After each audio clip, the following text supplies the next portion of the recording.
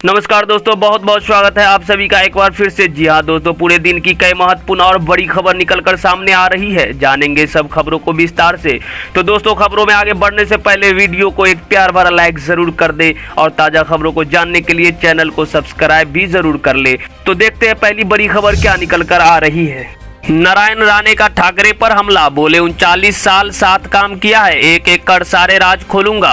महाराष्ट्र के मुख्यमंत्री उद्धव ठाकरे के खिलाफ विवादास्पद बयान के बाद गिरफ्तार हुए भाजपा नेता नारायण राणे ने बेल पर रिहा होने के बाद शुक्रवार को रत्नगिरी में पार्टी की जन आशीर्वाद यात्रा में बोलते हुए उन पर फिर हमला बोला है। केंद्रीय मंत्री नारायण राणे ने महाराष्ट्र के सीएम और उनके परिवार पर निशाना साधते हुए कहा, उन्होंने मुझे धमकी दी, सभी राज मेरे दिल में 39 साल से दबे हुए हैं, मैं एक के बाद एक खोलूंगा।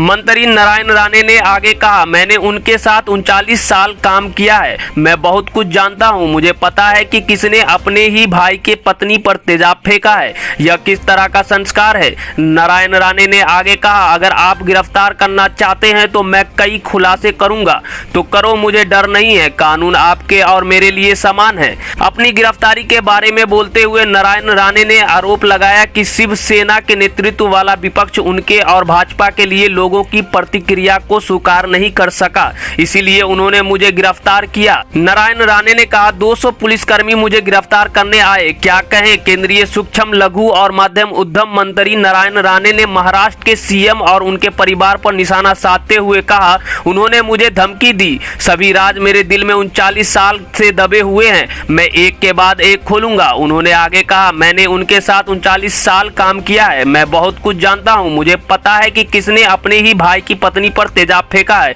यह किस तरह का संस्कार है।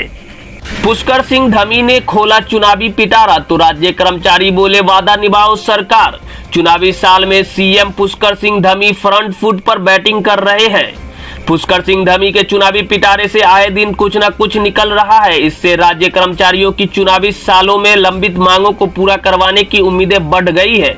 ऊर्जा निगमों के कर्मचारियों ने तो सरकार से वादा निभाओ नारे के साथ आंदोलन शुरू करने का ऐलान भी कर दिया है। इसके अलावा उत्तराखंड अधिकारी कर्मचारी शिक्षक समन्वय समिति और सचिवालय संघ भी कर्मचारियों की पुरानी मांगों पर जल्द निर्णय का दावा बनाने में जुटे हैं। एक माह तक राज्य सरकार के किए गए दावे को पूरा न करने के बाद अब ऊर्जा निगमों के कर्मचारियों ने सरकार को वादा निभाओ आंदोलन शुरू करने का ऐलान कर दिया है। कार्मिकों की एसीपी की पुरानी व्यवस्था की बहाली और समान काम के लिए समान वेतन समेत विभिन्न मांगों को लेकर उत्तराखंड विद्युत अधिकारी कर्मचारी संयुक्त संघर्ष मोर्चा ने पहले ही राज्य सरकार को आंदोलन की चेतावनी दे दी थी, जिसके एक माह गुजर जाने के बाद भी सरकार से सकारात्मक जवाब न मिलने के कारण कर्मचारी आंदोलन की राह पर है। ऊर्जा निगमों के इस आंदोलन में करीब 10,000 कर्मचारी जुड़े हैं। निगम से जुड़े कर्मचारियों का आरोप है कि राज्य सरकार ने एक माह के भीतर मांगों पर उचित फैसला लेने का आश्वासन दिया था, लेकिन जब सरकार ने इस पर कोई फैसला नहीं लिया तो मजबूरन आंदोलन शुरू करना पड़ रहा है। दोस्तों, अगर आप भी अपने गांव, शहर या राज्य की खबर देखना चाहते हैं तो कमेंट में अपने गांव, शहर या राज्य का नाम जरूर लिखें। और अगर आपको अभी तक किसी सरकारी सुविधा का लाभ नहीं मिला है तो वो भी कमेंट करके हमें जरूर बताएं कि सरकार की कौन सी योजना आप तक नहीं पहुंची, जिससे कि आपकी बात हमारे चैनल के माध्यम से सरकार तक पहुंच जाए। तो चलिए बढ़ते हैं अगली बड़ी खबर की ओर। भारत आने वाले अफगानों को मिलेगा 6 महीने का वीजा, बोले विदेश मंत्रालय। अफगानिस्तान पर तालिबान के कब्जे के बाद वहां के नागरिक लगातार देश छोड़ने की कोशिश कर रहे हैं। इस बीच भारत सरकार ने आज कहा कि देश में आने वाले अफगानों को 6 महीने का वीजा मिलेगा। विदेश मंत्रालय ने शुक्रवार को एक प्रेस वार्ता में अफगानिस्तान और वहां से भारतीयों की निकासी को लेकर जानकारी दी। जो भी भारतीय स्वदेश वापसी चाहते थे उन्हें प्राथमिकता से निकाला जा रहा है। विदेश मंत्रालय के प्रवक्ता अरिंदम बागची ने बताया कि केंद्रीय गृह मंत्रालय ने घोषणा की सभी अफगान नागरिकों को अफगानिस्तान में वर्तमान सुरक्षा स्थिति को देखते हुए केवल ई वीजा का उपयोग करके भारत की यात्रा करनी चाहिए। इसीलिए वे फिलहाल 6 महीने के वीजा कार्यक्रम के तहत यहां आ रहे हैं। हम इसे वहां से लेंगे। यह 6 महीने की मौजूदा योजना है। यह एक विकसित स्थिति है। दीर्घकालिक योजनाएं बनाना सबसे अच्छा विचार नहीं है।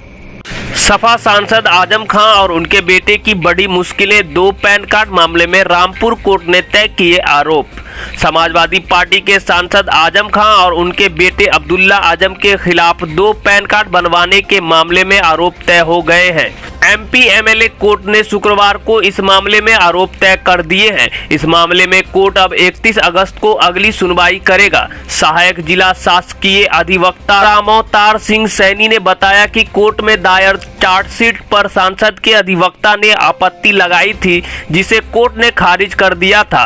कोर्ट ने सांसद आजम खां और उनके बेटे पर आरोप तय कर दिए हैं। बीजेपी नेता आकाश सक्सेना ने साल 2019 में आजम खां और उनके बेटे अब्दुल्ला आजम पर 2 पैन कार्ड बनवाने का मुकदमा दर्ज कराया था।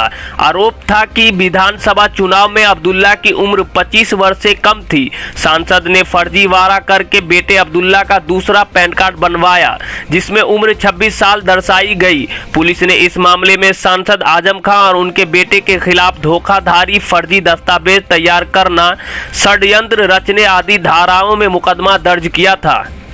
कंगना को लेकर अध्ययन सुमन ने 7 साल बाद तोड़ी चुप्पी, बताई चौंकाने वाली बातें। एक्टर अध्ययन सुमन ने ब्रेकअप के 7 साल बाद अपनी पूर्व प्रेमिका कंगना रनौत के बारे में पहली बार मीडिया के सामने खुलकर बात की है। इस दौरान अध्ययन सुमन ने कंगना रनौत पर शारीरिक और मौखिक रूप से अपमानित करने के गंभीर आरोप लगाए। उन्होंने अब उस इंटरव्यू के दुष्परिणामों के बारे में बात की है, जिसमें उन्हें एक फ्लॉप अभिनेता करार दिया गया और उनके बारे में गलत बातों का प्रचार किया गया। बॉलीवुड बबल को दिए इंटरव्यू में अध्ययन सुमन पुरानी बात याद करते हुए कहते हैं कि जब मैंने कंगना को लेकर कुछ बोला तो न्यूज चैनलों पर लोग बैठकर मेरे बारे में तरह तरह की बातें कर रहे थे। लोगों का एक समूह कह रहा था कि यार ये तो बहुत बड़ा लूजर है, ये तो फ्लॉप एक्टर है, ये पब्लिसिटी के लिए कर रहा है। उनमें से एक शख्स ने कहा था कि ये अगला विवेक ओबराय बनने वाला है। अध्ययन ने कहा कि वो इतने सालों तक कमजोर था और जब उसने आखिरकार कहानी का अपना पक्ष बताने का फैसला किया तो उसे ये नाम दिया गया। मैंने पूरी तरह से वहां जाने और भावनात्मक रूप से नग्न होने और अपने जीवन के ऐसे जटिल विवरण साझा करने का फैसला किया क्योंकि मैं सार्वजनिक रूप से बंद करना चाहता था, क्योंकि मैं एक सार्वजनिक व्यक्ति हूं। मेरे बारे में सार्वजनिक तौर पर बातें की गई थी और मैं सिर्फ बंद करना चाहता था। किसान आंदोलन के 9 महीने पूरे, संयुक्त मोर्चे का ऐलान। प्रदर्शनकारी अब 25 सितंबर को करेंगे भारत बंद।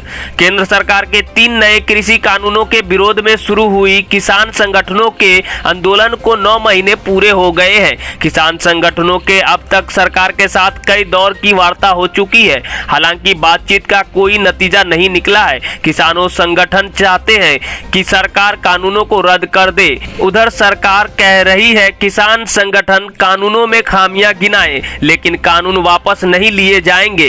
किसानों के अगुवा बार बार सरकार को चेतावनी दे रहे हैं, लेकिन सरकार के प्रतिनिधि कह रहे हैं कि किसान संगठन बैठकर बात करे और किसी नतीजे पर पहुंचे। आज संयुक्त किसान मोर्चे ने घोषणा की कि आगामी 25 सितंबर को भारत बंद करेंगे। भारतीय किसान यूनियन के राष्ट्रीय प्रवक्ता राकेश टिकैत बोले कि सभी किसान भाई आंदोलन के लीडर हैं, हम पीछे नहीं हटेंगे। वहीं हरियाणा के किसान नेता चढ़ूनी ने कहा कि मेरे विचारधारा अलग है और मैं चाहता हूं कि सभी प्रदर्शनकारी दिल्ली घेरने का प्रोग्राम बनाएं। बता दिया जाए कि अखिल भारतीय सम्मेलन में बड़े नेता पहुंचे हैं, जहां उन्होंने कहा कि तीनों कृषि कानूनों से कारपोरेट हाउस आबाद व किसान बर्बाद होंगे। ऐसे में इन कानूनों को हटवा देना चाहिए। कुंडली बॉर्डर पर किसान आंदोलन को 9 महीने पूरे हो गए हैं। हरियाणा सरकार का मेरी फसल मेरा ब्यौरा पोर्टल, किसानों को अब हर खेत की जानकारी देना जरूरी। हरियाणा सरकार का मेरी फसल मेरा ब्यौरा पोर्टल केवल मंडी में फसल बेचने के लिए ही नहीं, बल्कि किसानों से संबंधित अन्य योजनाओं के लिए भी सहायक है।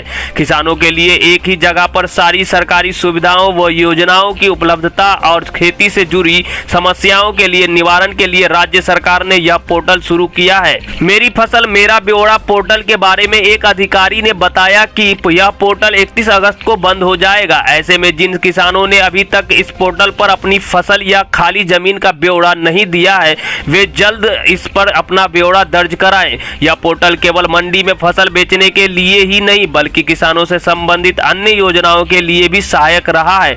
किसानों के लिए एक ही जगह पर सारी सुविधाओं व योजनाओं की उपलब्धता और खेती से जुड़ी समस्याओं के निवारण के लिए राज्य सरकार ने मेरी फसल मेरा ब्यौरा पोर्टल शुरू किया था। दिल्ली एससी ने खारिज की पिंकी चौधरी की अग्रिम जमानत याचिका, पुलिस को नोटिस जारी। दिल्ली के सबसे चर्चित जंतर मंतर पर विशेष समुदाय के खिलाफ कथित भड़काऊ नारे लगाने के मामले में से जुड़ी एक याचिका पर आज दिल्ली हाईकोर्ट ने सुनवाई की। इस मामले में दिल्ली पुलिस ने हिंदू रक्षा दल के अध्यक्ष पिंकी चौधरी को मुख्य आरोपी बताया है। वही भाजपा नेता और वकील अश्विनी उपाध्याय समेत 6 अन्य आरोपी को गिरफ्तार किया था। हालांकि अश्विनी उपाध्याय को पहले ही जमानत मिल चुकी है, लेकिन पिंकी चौधरी को एक बार फिर दिल्ली हाईकोर्ट से बड़ा झटका लगा है। जंतर मंतर पर भड़काऊ नारेबाजी करने के आरोप में गिरफ्तारी का सामना कर रहे पिंकी चौधरी ने दिल्ली हाईकोर्ट से अग्रिम जमानत की मांग की थी, जिसे न्यायालय ने खारिज कर दिया है। वही कोर्ट ने पिंकी चौधरी की अग्रिम जमानत की मांग वाली याचिका पर दिल्ली पुलिस को नोटिस जारी किया है। दिल्ली के एक अदालत ने पहले यह कहते हुए अग्रिम जमानत याचिका खारिज कर दी थी कि हम तालिबान राज्य नहीं है। एडिशनल सेशन जज अनिल अंतिल ने तब हिंदू रक्षा दल के एक अन्य नेता भूपिंदर तोमर की याचिका को खारिज कर दिया था और कहा था कि अतीत में इस तरह की घटनाओं से सांप्रदायिक तनाव को भड़काया है, जिससे दंगे हुए और जान माल का नुकसान हुआ है। सिर्फ 2 रुपए किलो बिक रहे टमाटर, किसानों को भारी घाटा। नागपुर मुंबई हाईवे पर ऐसे उड़ेल दी ट्रॉलियां। उत्तर भारत के कई शहरों में लोगों को ताज़ा एवं सस्ते टमाटर खरीदने के लिए काफ़ी मशक्कत करनी पड़ रही है, मगर महाराष्ट्र के नासिक और औरंगाबाद जिलों में टमाटर की कोई कमी नहीं है। यहाँ टमाटरों का उत्पादन इतना ज़्यादा होता है कि हर साल बड़ी मात्रा में टमाटर फेंकने पड़ जाते हैं। किसान घाटा झेलते हैं क्योंकि थोक विक्रेताओं की कम खरीदारों के कारण वे अपनी लागत भी नहीं निकाल पाते।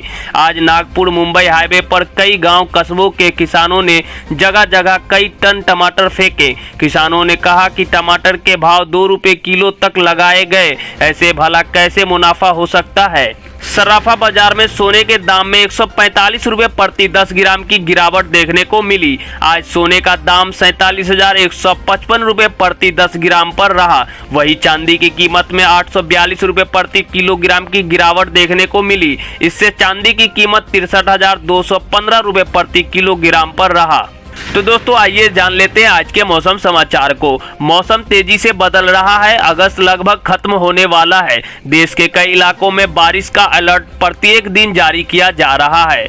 आज भी उत्तर भारत से लेकर पूर्वोत्तर भारत में हल्की से तेज बारिश का अलर्ट जारी किया गया है। मौसम विभाग के मुताबिक असम और मेघालय में आज और कल भारी बारिश दर्ज हो सकती है। वही उमस से परेशान दिल्ली वासियों को भी आज थोड़ी राहत जरूर मिल सकती है, क्योंकि आज दिल्ली में मौसम करवट लेगा और हल्की बारिश दर्ज होगी। इसके अलावा बंगाल और सिक्किम के कई इलाकों के लिए भी आज भी बारिश की चेतावनी दी गई है। तो दोस्तों ये थी अब तक की सभी बड़ी खबरों की अपडेट। टुडे ब्रेकिंग न्यूज और लेटेस्ट खबरों को देखने के लिए हमारे चैनल को सब्सक्राइब जरूर कर ले, वीडियो लाइक और शेयर जरूर कर दे अपने दोस्तों रिलेटिव के साथ। तो दोस्तों आपसे फिर मिलेंगे काम की खबरों और सरकारी योजना की एक और नई वीडियो के साथ। तब तक के लिए धन्यवाद।